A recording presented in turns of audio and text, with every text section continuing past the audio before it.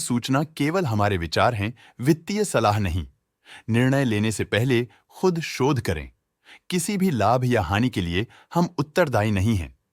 आज हम देख रहे हैं कोकुयो कैमलिन लिमिटेड के 2024-25 Q3 की standalone financial performance. Starting with the sales, पिछले क्वार्टर से सेल्स में -7% का डिक्रीज हुआ है, मगर कंपनी ने पिछले साल के मुकाबले मार्जिनल सेल्स डिक्लाइन रिपोर्ट किया, around -4.5%। Expenses -11% quarter on quarter decrease हो गए हैं, जो साल भर के 3% के राइज के साथ अलाइन करता है। एक्सपेंसेस में डिक्रीज अच्छा है, लेकिन सेल्स में डिक्रीज निराशा की बात है। ऑपरेटिंग प्रॉफिट, जो पिछले साल के कंपैरिजन में -96.5% डाउन हुआ है, quarter on quarter around 105.5% increase हुआ है। Operating profit margin (OPM) annual basis पे -7% से डिक्रीज हुआ है और पिछले क्वार्टर के कंपैरिजन में 4.5% से इंक्रीज हुआ है। एक्सेप्शनल आइटम्स को ऐड करके अदर इनकम पिछले क्वार्टर के कंपैरिजन में लगभग 1.5 गुना बढ़ गई, बावजूद इसकी ईयरली ग्रोथ 14% हुई है। इंटरेस्ट एक्सपेंसेस पिछले क्वार्टर से 0% अप हुआ, लेकिन ईयर ओवर ईयर इंक्रीज 22% हुआ है।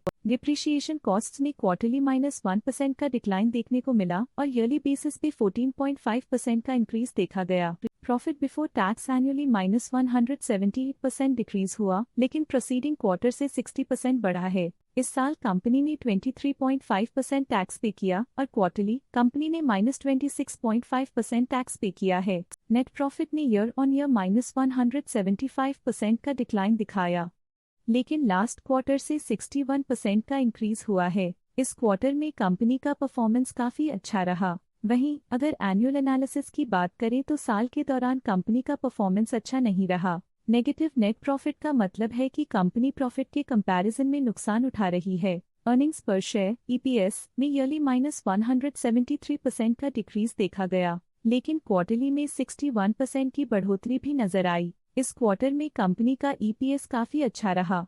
कोकुयो कैमलिन लिमिटेड के फाइनेंशियल स्नैपशॉट को रिव्यू करते हुए कुछ मुख्य ट्रेंड्स सामने आए हैं, जो कंपनी की परफॉर्मेंस पे रोशनी डालते हैं। दिसंबर 2021 से दिसंबर 2024 तक कोकुयो कैमलिन लिमिटेड की फाइनेंशियल जर्नी में सबसे पहले बात करते हैं सेल्स की। इस साल -4.5% की कमी के बावजूद पिछले 4 सालों में सेल्स में 63.5% की वृद्धि हुई है। इस साल सेल्स में गिरावट आई है, लेकिन पिछले 2 साल में अच्छी ग्रोथ हुई थी, जो एक अस्थायी रुकावट को दर्शाता है। अब बात करते हैं एक्सपेंसेस की। इस साल एक्सपेंसेस स्टेडी रहे, लेकिन पिछले 4 सालों में एक्सपेंसेस 63% से बढ़े हैं। इस साल हालांकि एक्सपेंसेस सेल्स से थोड़ा ज्यादा बढ़े हैं, मगर ग्रोथ रेट्स का करीब होना स्टेडी ऑपरेशनल कॉस्ट को दर्शाता है। इस साल ऑपरेटिंग प्रॉफिट -49.5% कम हुआ, लेकिन पिछले 4 सालों में 80% का इजाफा हुआ है। इस साल ऑपरेटिंग प्रॉफिट में कमी आई है, लेकिन पिछले 2 साल की वृद्धि रेजिलियंस को दर्शाता है, जो एक अस्थायी मार्केट को संकेत करता है। इस साल नेट प्रॉफिट में -72% की गिरावट हुई, लेकिन पिछले 4 सालों में लगभग 6 गुना की बढ़ोतरी हुई है, जो कंपनी की मजबूती दिखाता है।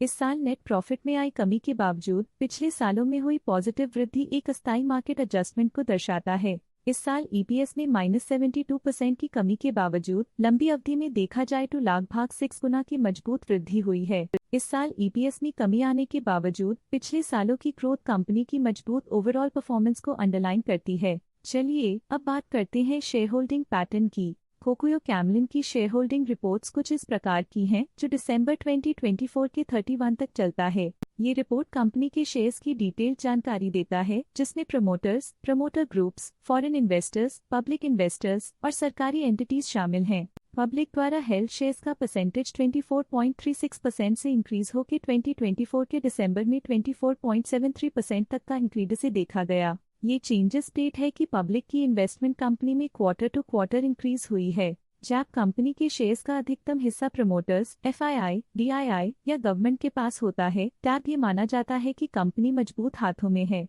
जो स्थिरता और मजबूत समर्थन को दर्शाता है और इस मार्केट की स्थिरता बनी रहती है। फॉरेन इंस्टीट्यूशनल इन्वेस्टर्स की शेयर होल्डिंग में थोड़ा डिक्रीज आया 2024 के सितंबर से 2024 के दिसंबर में, जो दिखाता है कि फॉरेन इंस्टीट्यूशंस ने अपने स्टेक को क्वार्टर टू क्वार्टर -0.37 से डिक्रीज किया है, जिसे पता चलता है कि उन्होंने अपनी इन्वेस्टमेंट्स को पुल बैक किया है। ये था कंपनी का करंट शेयर होल्डिंग पैटर्न। आज के लिए फाइनेंशियल सेक्टर में इतना ही। देखने के लिए धन्यवाद। स्टॉक लेटेस्ट न्यूज अपडेट के लिए चैनल को सब्सक्राइब करें और वीडियो को लाइक एंड शेयर करें।